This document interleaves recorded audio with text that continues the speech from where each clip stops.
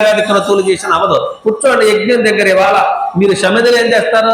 ఒక మిషన్ దగ్గర నుంచి సామిల దగ్గర నుంచి అందులో పోయాలి. మన దగ్గర అన్ని సమిధలు ఉంటాయా? అప్పుడు చెప్పినటువంటి ఆ మోదుగ పుల్లలు, జిల్లేడు పుల్లలు, మేడు పుల్లలు అన్ని సమిధలు తెస్తామా? పోని తెచ్చాము. స్థల శుద్ధి చేయగలరా? చేశారు. ద్రవ్య శుద్ధి చేయగలరా? మనకు సాధ్యంగా. ఇప్పట్లో ఉన్న డబ్బు ద్రవ్య శుద్ధి కలిగినటువంటిదా? అది ఏ పాపకర్మల ఫలితమో. కానీ చెమట ఓడ్చి సంపాదించాలి. యజ్ఞం చెయ్యాలంటే ఊరికే ఆ డబ్బుతో ఈ డబ్బుతో చేయకూడదు.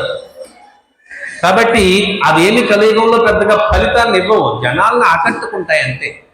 ఆకర్షించడానికి, దైవాన్ని నిలపడానికి, దైవానికి మనకి సంబంధాన్ని బలపరచడానికి ఈనాడు యజ్ఞయాగ క్రతువులు ఒక చిన్న మనకు ఏమంటుందని ఆలంబన మాత్రమే. కానీ ఒక అవధూత సన్నిధిలో మీరు ఇష్టదైవాన్ని ప్రార్థన చేయండి. యశ్చ దేవే పరాభక్తి యథా దేవే తథా గుణవు.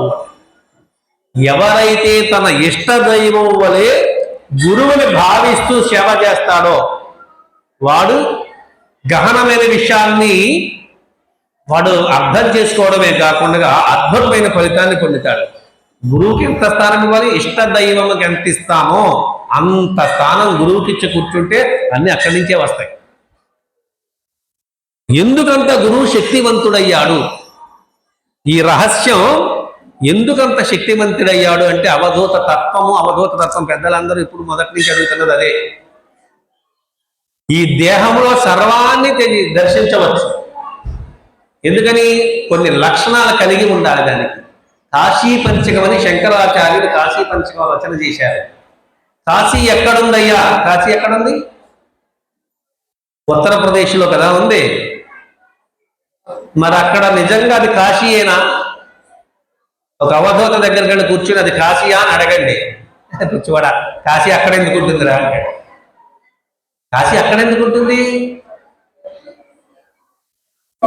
అక్కడ ఉండదు కాశీ.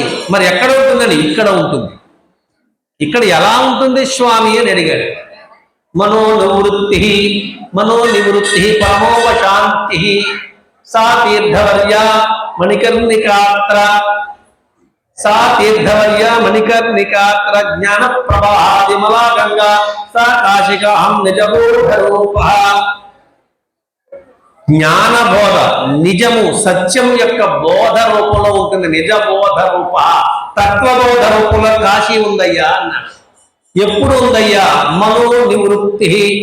మనస్సు నివృత్తి మార్గంలో పెట్టండి మనస్సుని. అది ఎప్పుడు ప్రవృత్తి మార్గంలో ఉంటుంది.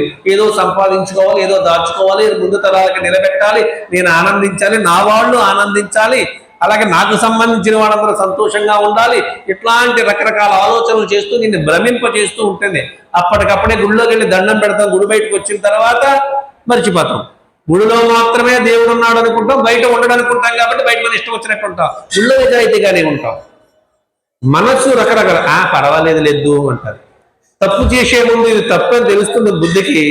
మనసు ఈ రోజుల్లో ఎవడ చేయట్లేదు, ఇదంతా సర్వసామాన్యం కలియుగంలో అంటుంది మనసు. దానికే ఓటేస్తాం. కానీ మనసుని నివృత్తి మార్గం అంటే వృత్తిరహితము, రకరకాల ఆలోచనలు నిండిపోయినటువంటి. అసలు మనస్సు అంటే ఏమిటండి? మాయ. మాయయే మనస్సు. మాయయే మనస్సు. ఏది లేదో అది మాయ, ఏది లేదో అది మనస్సు. మనస్సు ఒక స్వరూపం ఉంటుందా? సంకల్ప వికల్ప సంఘాతమే మనస్సు. అంటే మన తలపులు. సంకల్పములు మన తలపులే, వికల్పములు తలపులే. ఈ రెండింటి సంఘాతమే ఒక మనస్సు. అంతే. ఈ రెండు లేకపోతే, తలపులన్నీ అణిగిపోతే మనస్సు ఉంటుంది అక్కడ. అప్పుడు అది నివృత్తి అంటే వృత్తిరహితముగా ఉంటుంది, ఏ తలపులు లేకుండా. అప్పుడేం జరుగుతుంది? పరమోపశాంతి. కొంచెం శాంతి కాదు, తాత్కాలిక శాంతి కాదు, సమస్తము ఇహపరములంతా శాంతిని పొందే పరమోపశాంతి. సా తీర్థవర్య మణికర్ణికాత్ర. ఆ తీర్థం ఏదైతే ఉన్నదో మణికర్ణిక, ఆ మణికర్ణిక జ్ఞాన రూపమైనటువంటి కాశీని జలయింపజేస్తున్నది. ఏది? నివృత్తి రూపంలో ఉన్నటువంటి మనస్సు శాంతిని పొంది కాశీని ఇక్కడ వెలయింపజేస్తుంది. జ్ఞాన ప్రవాహం అనేటువంటి గంగను ఇక్కడ ప్రవహింపజేస్తుంది. ఎక్కడ జ్ఞానం ఎక్కడ ఉంటుంది? అంతఃకరణమునందు ఉంటుంది జ్ఞానము. అప్పుడేమైంది? సా కాశికాహం, ఆ కాశికయే. ఏం స్వామి? వీక్షణములు ఎల్లప్పుడూ సదా ప్రసరించుగాక. హరి ఓం తత్సత్. ఆ జ్ఞాన ప్రవాహమైనటువంటి గంగ, అందుకే గంగా జలలవ కణికా పీత అన్నారు. గంగా జలం అంటే ఇస్తున్న నీటి ధార కాదు, జ్ఞాన ప్రవాహం. నీ లోపల ప్రవహిస్తున్న జ్ఞానాన్ని ఎంత స్వీకరిస్తే అది విస్తరిస్తుంది. ఎవరు నీళ్లు పోయకుండా, ఎవరు పెంపొందించకుండా దానంతటదే పెరిగేది, వృద్ధి పొందేది కేవలం జ్ఞాన ప్రవాహమే. అప్పుడు ఆ కాశిక విలయింపబడుతుంది. యశ్యామిదం కల్పితం ఇంద్రజాలం చరాచరం భాతి మనోవిలాసం సచ్చిత్సుఖైక పరమాత్మ రూపా సా కాశిక నిజబోధ రూప. ఏమని చెప్తుంది కాశిక? చరాచరం భాతి మనోవిలాసన. నీకు కనబడుతున్నటువంటి చర్మచక్షువులు కనబడుతున్నటువంటి కదిలేటువంటివి, కదలనటువంటివి, స్థావరము జంగమాత్మకమైనటువంటి ఈ వస్తు ప్రపంచమంతా కూడా నీ మనస్సు చేసే మాయాజాలమే గాని నిజానికి అదేమీ లేదయ్యా అన్నారు. అందుకని అవధూతమైనటువంటి వాళ్ళు కదులుతున్న ఈ ప్రపంచానికి, కదలనటువంటి ఈ వస్తుమయానికి కూడా జడమైన వస్తువులు, చైతన్యమైన వస్తువులు రెండిటి పట్ల ఒకే భావనతో కలలో నడుస్తున్నటువంటి ప్రపంచం వలె ఏమంటారు దాన్ని, ఊరికే సాక్షిగా చూస్తూ ఉంటాడు తప్ప దేనిని స్వీకరించడు. అందుకని అది సత్ చిత్తు సుఖ ఏకరూప. అదేమిటి? అవధూత ఏ స్థితిలో ఉన్నాడు? సత్తుగా ఉన్నాడు, దాన్ని తెలుసుకుంటున్నాడు, అది జ్ఞాన రూపమైంది, అది ఏకైకమైనది. ఒకటే ఉంది, రెండు జ్ఞానము లేవు. విజ్ఞానములు విశేషములవి, కానీ జ్ఞానము సామాన్య జ్ఞానము కాబట్టి అది ఒక్కటిగా ఉన్నాడు ఆయన, చాలా పరమ. అందుకని సత్ సుఖైక రూప, పరమాత్మ రూప. అది అదేమైంది?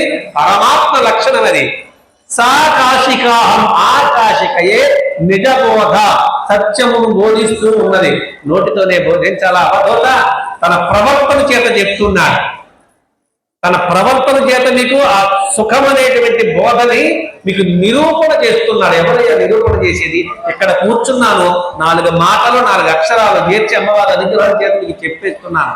కానీ అవధూత అట్లా చెప్తాడా? తన ఆచరణ ద్వారా నిరూపణ చేస్తాడు, ప్రత్యక్ష నిరూపణ. అలా ఉండగలరా అండి మనస్సు లేకుండా? అలా ఉండగలరండి జ్ఞాన ప్రవాహంతో? కేవలంగా ఈ వస్తువు ప్రపంచాన్ని లేదన్నట్లుగా కళలో చూస్తున్నట్లుగా ఎవరైనా ఉంటాడండి? ఉంటాడు అవధూత. అది మన కళ్ళ ముందు, దానికి సాక్ష్యం అక్కర్లేదుగా. కళ్ళ ముందు ధిరాజమాన బుద్ధిర్భవాని ప్రతిదేహగేహం సాక్షి సర్వవిభూతరాత్మ సా కాశికాహం నిజబోధ రూప. పంచకోశములు ఉన్నాయి మనకి. కోశేషు పంచస్వ ధిరజమాన, పంచకోశములు అన్నమయ కోశం, మనోమయ కోశం, విజ్ఞానమయ కోశము, మనోమయ కోశం, ఆనందమయ కోశం అనేటువంటి 5 కోశములు ఉన్నాయంటారు. మనకి అది వేదాంతంలో ఎక్కువగా వస్తుంది. ఆ కోశముల గురించి, ఆ సంఖ్యల గురించి మనకు అవసరం లేదు. పంచకోశములందు ఏకమాత్రంగా ఉన్నటువంటి బుద్ధి చైతన్యం ఏదైతే ఉన్నదో అది భవాని. కాశీలో ఉన్న విశాలాక్షి ఎవరు? మన లోపల బుద్ధి రూపంలో ఉన్నది. ప్రతి దేహగేహం, ప్రతి శరీరాన్ని తన గృహముగా చేసుకుని బుద్ధి రూపంలో అక్కడ ప్రమాణమై ప్రకాశిస్తున్నటువంటి తల్లి ఎవరు? భవాని. మీకు బుద్ధి ఉంది కదా, మీకు బుద్ధి ఉంది కదా, మీలో బుద్ధి చైతన్యం నడుస్తుంది కదా. ఇక్కడ బుద్ధి లేని ప్రాణి ఎవరైనా ఉన్నారా? ఎవరూ లేరు. అందరిలోని బుద్ధి చైతన్యం ప్రకాశిస్తూ ఉంది, అది భవాని. అదే చావుని, పుట్టుకని, పెంపుని చూపిస్తూ ఉన్నది అందరికీ. భవ అంటే ఏమిటి? పుట్టుక. అభవ అంటే పుట్టుక లేనటువంటి వాడు. అభవ అంటే ఎవరు? పరమేశ్వరుడు. ఆయన ఏం చేస్తున్నాడు? సాక్షి శివ, సాక్షిగా ఉన్నాడు. సర్వగతవంతరాత్మ, అంతరాత్మ ఎందు కేవలము సాక్షిగా చూస్తున్నాడు. మీరు చేసే పనులు మీ అంతరాత్మ గమనిస్తుందా లేదా? గమనిస్తుందా? ఇది మంచోనో చెడ్డనో బుద్ధి చెప్తూ ఉంది, కానీ ఒక ఆత్మ చైతన్యం మాత్రం కేవలం సాక్షిగా చూస్తుంది. నేను అట్లా ఎలా చూస్తానండి? సాక్షిగా చూస్తున్నా. మనకు కష్టం వస్తే లబోదీపం అన్నాం, వాడెవడికో కష్టం వస్తే అలా చూస్తున్నా. రా వస్తాయి కష్టాలు, వచ్చి అవే పోతాయి అంటాం. ఇప్పుడు అది వేరే వాడికి వచ్చినప్పుడు అక్కడ మనం సాక్షిగానే ఉంటాం.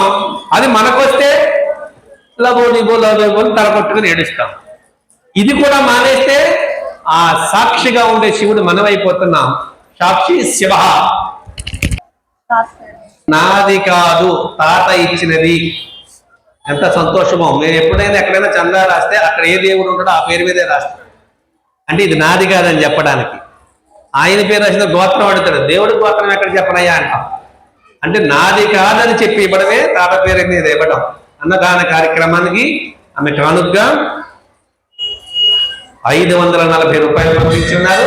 సదా కరుణా కటాక్ష వీక్షణ సంప్రాప్తమగుగాక. హరి ఓం. సాక్షిగా శివుడు ఉన్నాడు. ఆ సాక్షి చైతన్యం శివుడు కలిగినటువంటిది, అమ్మ చైతన్యం బుద్ధి కలిగినటువంటి ఈ దేహమునందు కాశీ తిరుగుతోంది. కాశ్యాం హి కాశతే కాశీ కాశీ సర్వప్రకాశిక సా కాశీ విదిత ఏన తేన ప్రాప్త కాశిక. ఇక్కడ నిర్ణయం చేశాడండి అవధూత శరీరంలో. ఎలా ఈ సర్వ ప్రపంచాన్ని ఏ